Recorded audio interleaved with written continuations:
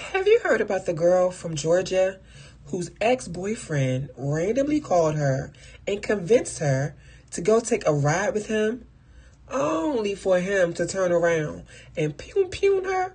Not one, not two, but 10 times. And she survived to tell about it. Yeah, you ain't heard that one, have you? Well, that's what I'm here for. So welcome back to another edition of Cam's Chronicles, where we talk about it all. So let's get to the pieces. So this story is about a young lady by the name of Shamay Pitts. Shamay is 23 years old, and this incident took place in DeKalb County, Georgia. Shamay identifies herself as a fashion model, but the streets are saying it's more like a stripper. They both produced a coin. So in January of 2025, Shamay crossed paths with a young man by the name of Joshua Woodruff. Not long after they met, Joshua got locked up with a long list of charges. And I think Shamay probably realized then that he was probably a common criminal because he had lots of charges even prior to him getting arrested when he did. This was just the norm for him.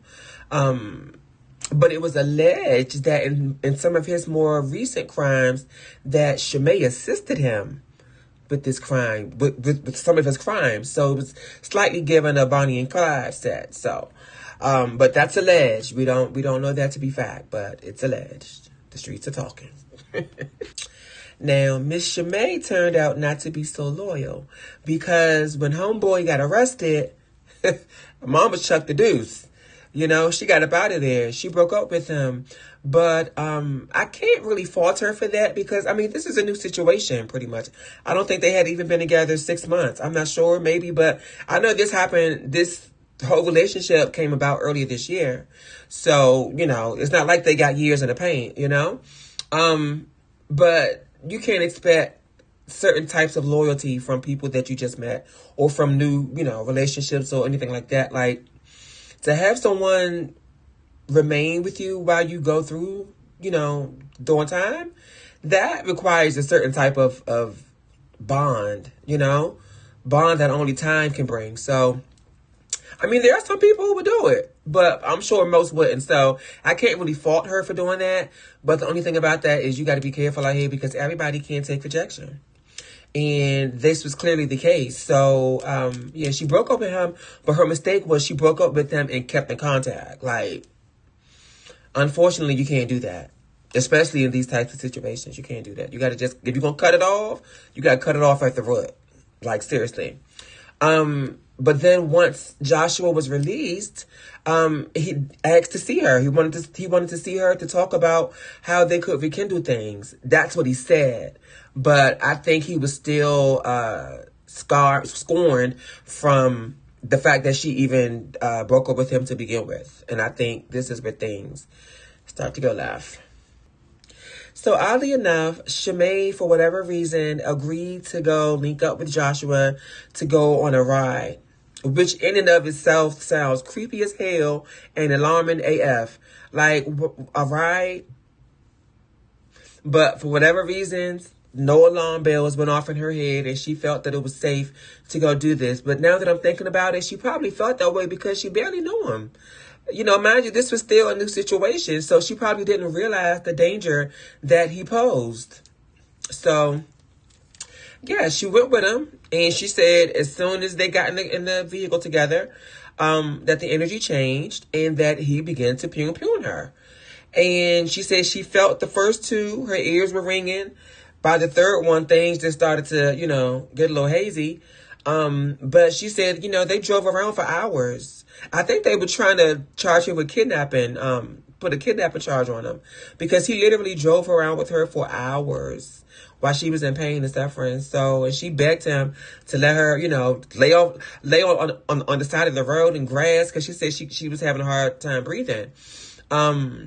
And then she asked because she has a son, she asked if she could write a letter to her son because she felt that those were her final moments. So she wanted to leave some words for her son. But this went on for hours.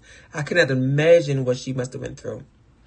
So when Joshua saw that Shamay was really fading, he finally decided to drop her off at the ER. So when he did that, they rushed her in for emergency surgery, but security also detained Joshua. The police came and they charged him with aggravated assault and false imprisonment. So against all odds, Shamay survived, and wow, what a victory. Like, to go through what she went through, most people don't make it past one pum. So the fact that she went through 10 and was, kept from getting proper care for hours and still survived, that's no light work. So that's amazing. So her family, they started a GoFundMe for her, for anyone who wanted to help her rebuild her life, because you don't go through something that severe and not need help bouncing back. But this is where it gets a little shady, because the streets are always talking, and the streets are saying that she deserved what she got. Now, why would they say something like that? Well, they said that she snitched. She was a snitch on his case. He had a RICO case, RICO charges. They're saying that she snitched on him, 1. 2, they're saying that she stole $20K from him. And 3, they're saying that she gave him something that rhymes with burpees. Now, this is all alleged, but I could be inclined to believe there may be some truth because of how far he took things. Like I said, 10 pum-pums, that's personal. You did some shit to really, to make somebody do that. So, I mean, it's all alleged, but people don't shoot 10 times for, light work. So, I don't know. But all in all, Shamay decided to share her story because she said she wanted to use her story to warn others that sometimes the person that you think you know could be the threat that you never imagined. Get in the comments and let me know what you think about this story. Do you think that Shamay might have done some underhanded things that some might say caused her to deserve what she got? Or do you think that Joshua was just mean and nasty and bitter and one of the guys that would say, if I can't have you, nobody can have you? Let me know how you feel about it, and let's get into the pieces.